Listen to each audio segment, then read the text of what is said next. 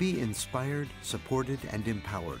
This is the Global Healthy Living Foundation podcast network.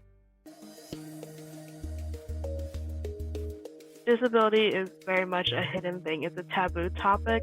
It's not something that we want to be seen as. It seems something that seems like lesser than. That's something that I want to change. It shouldn't be viewed as a bad thing.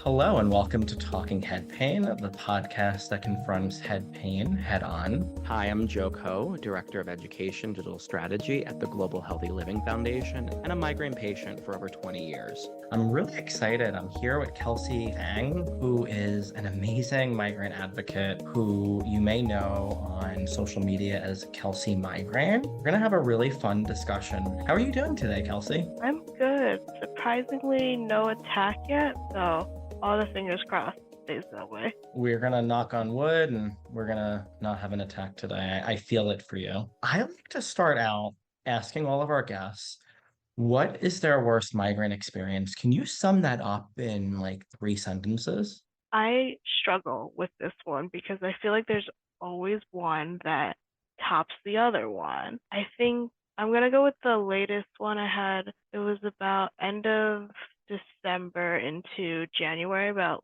2 weeks. The status attack. I don't typically get them too often. And I think that constant head pain just kind of made me really out of it. And I didn't realize how out of it I was until I ended up going to urgent care. And once they gave me their mix of meds and was able to clear my head, I realized just how out of it I had been for the 2 weeks, because I was like, oh, this is what normal feels like. I forgot what normal felt like until I was brought back to it and was just amazed. I know that experience when that veil lifts and you feel that lightness, that you're like, this is how you're supposed to feel. Yeah, I didn't even realize that I wasn't in it until I was able to get out of it, and then was like, oh, that's what baseline is. I just was completely in that migraine pain space that I forgot what that was. And I think that when I was brought back to I guess reality, I felt so much better, but also was a little concerned about what happened in the last 2 weeks. Understandably. Yeah, I work full time, so I was like, I don't know how the emails have been going out. I don't know how I've been responding to people the last 2 weeks. So hopefully it wasn't weird. Hopefully it made sense. Don't look back. Just that happened, and we're just going to go forward. We're not going to look back at those emails. And if you didn't hear from people by now, it's fine. Right. So I want to switch gears a little bit. I heard you talk before, and I followed you on social media. Can you talk about how you talk about pain and chronic disease in the Asian community? Has that been something that you have struggled with? And do you see any lessons that might help others that are listening? I think so. In the Asian community, or I want to say East Asian community specifically, you can talk more in that space. It's not talked about. Pain is one of those things that we hide. I don't even express it that much, just so I'm so used to hiding the pain. And you look like you're perfectly normal, nothing's going on with you, and that just disability is hidden. We're not one of those people who express it. I want to change that. Disability is very much a hidden thing. It's a taboo topic. It's not something that we want to be seen as.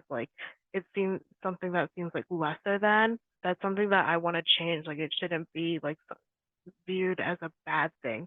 It's something that just happens, or is daily life. It should be normalized. And I think the community, the East Asian communities, it's heavily stigmatized, especially with older generations. And I can't speak on behalf of if you live in those countries specifically, but at least in the US, it's not viewed as something that's okay. And I think my generation, I'm kind of in between. I'm born in 96, so I'm kind of millennial, kind of Gen Z. I'm not really sure. I fall in that weird space, trying to bring light to I guess how bad it is. Is that one of the reasons why you created Kelsey Migraine? Yeah, so it's actually Kelsey's migraine. Kelsey's with an S. I've Yeah, actually seen you point out S it's before. I'm okay. sorry. So for those that are listening, it's Kelsey's migraine. Yeah, I sometimes I hear it and sometimes I don't. So I'm like, oh, is the S in there? So one of the reasons I guess I decided to make Kelsey's migraine was because it was not seen in the community. Like when I went on Instagram, when I was looking for support, I only saw white faces for anything disability related.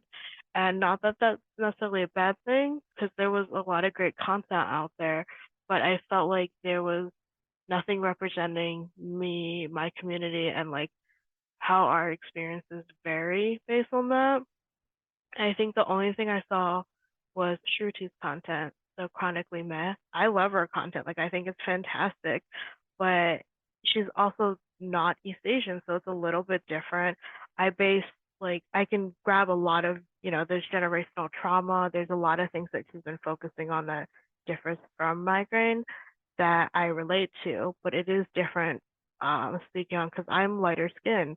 I well obviously I cannot be white passing, but I'm lighter skinned, so there's some privilege that comes with that as well that's different. And I know from her perspective there it varies from mine a little bit just since I mean she's in Canada, there's that. But it varies from me too because what her traditions are may not necessarily be the same as what the traditions that were passed down to me are. You're going to be going to Headache on the Hill. Why is advocating for migraine so important to you? I think it started as I wanted to help people. I think I went through, I think it took me 8 years, almost a decade to get a migraine diagnosis. And a lot of that ranged from medical trauma, doctors just not knowing what was going on. I saw a doctor like every year prior to migraine becoming chronic for me. I always check mark that like headache sucks, like what was going on, like, the intake form. And no one brought it up. No eye doctor, no like any kind of doctor I saw, a primary care doctor said anything about it.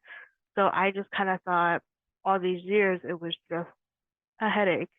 And I thought I had low pain tolerance. And it took for my roommate to point out that it was not, in fact, normal to not function with a headache, that I knew something else was going on and was like, oh, maybe it's a migraine. And went from there.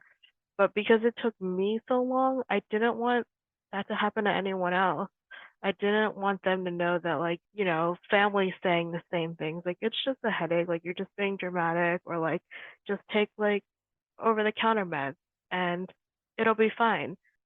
I wanted to also do it for my like family. I have family members who also have migraine who don't even realize that they have migraine.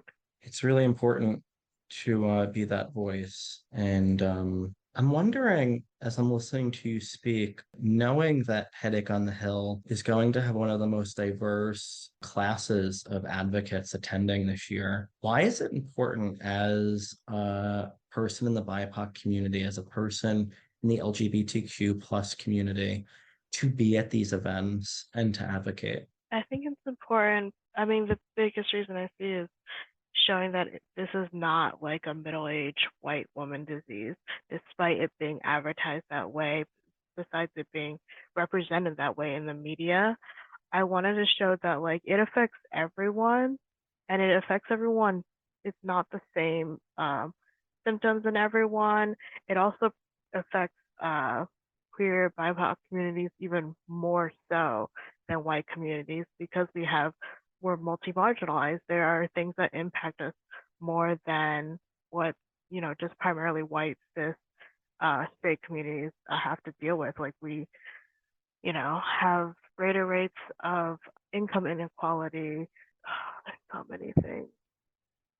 And I can't pull them off the top of my head, but It's yeah, it's compounding, and it's really important that we have these conversations. And as you were speaking, I'm thinking about the portrayal of migraine and how we have this podcast that this elder millennial gay guy that's doing a podcast with an East Asian I think you're Gen Z actually, even though you want to be I don't millennial, but I you're don't like know. on the cusp. You're like Yeah. Gen Z, you're millennial rising. We're Gen Z with this diverse, different experience, and we're able to have these really important discussions. And I know that if I didn't happen upon this work by chance, I wouldn't be as well managed as I am today. And I hear we see research about the impact that our identities have on disease. We could see adverse childhood events. We could see all this stuff that really determines some health outcomes that we don't have control over living Mhm. in a society that's racist, misogynistic, sexist, all the things that we could put out there, homophobic. It doesn't make us feel better. So when I read the research, I'm like, thank you for validating what many of us know because we live it. And it's important that we're out there. Yeah, and there's even things that I hope to change. So like even within the migrant community and the research that's being done, and like there are more statistics on Black people, Indigenous people, even Latinx people than there are actually Asian people. And like I would like, newer statistics to be raised. Like, let's do, I don't know how I would do it, but necessarily, but like maybe some of the patient advocacy organizations or nonprofits could help with finding, a headache specialist or anyone who'd be willing to do the research and find newer statistics on it, because a lot of them are like, I want to say like a decade or two old. Like, they're not anything recent. And I don't know if the reasons that there are not statistics on Asian Americans in these studies, because it's also heavily stigmatized, like disability is heavily stigmatized. I don't know if they don't want, there's part of it like not wanting to admit that you have a disability, people not seeing migraine as a disability, or just in general, like not reaching these communities because it's not targeted. Like you have to know which where they are and where they live and how to reach them. Like maybe at least for older generations, like some of them still don't have access to the internet or know what's going on out there. And then meanwhile, some of them do and like just don't, they need it in their email. Sometimes they just need it, they don't see it on social media. The migrant community is within the disability community, and that is its own little hub. Like it doesn't expand to just like the general populace as much, and the general populace isn't necessarily accepting of disability at all. Like they tend to be like, they have their parking spots or whatever, and like don't really think there's so much more than like a parking spot that they gave like two in a lot, that there, can be more than two disabled people coming to an establishment. So I think that needs to change, and I hope one day that will. I mean, maybe I can be the person that starts it, but I think you already have have started I? it. I think so. I think that, having the conversations and consistently pushing on, you know, social media and the platforms that you've developed are important. Admittedly, I haven't thought much about the East Asian community when I think about marginalization in the migraine community. So it's important to hear that. And I know that there are researchers and organizations that listen to this podcast, and let's really hear what Kelsey's saying. I think it's important. Look forward to seeing you there. Yeah, I'm excited to meet a lot of you in person as well. We all know each other online, but actually getting to meet you face to face will be very cool. Amazing. Well, thank you so much for all that you do, Kelsey. And it's Kelsey's Migraine with an S. Thank you. Thank you so much for listening to this episode of Talking Head Pain, the podcast that confronts head pain head on. If you like this episode, please give it an honest 5-star rating and subscribe so you never miss another one. I'm jcoe, and I will see you next time. Be inspired, supported, and empowered. This is the Global Healthy Living Foundation podcast network.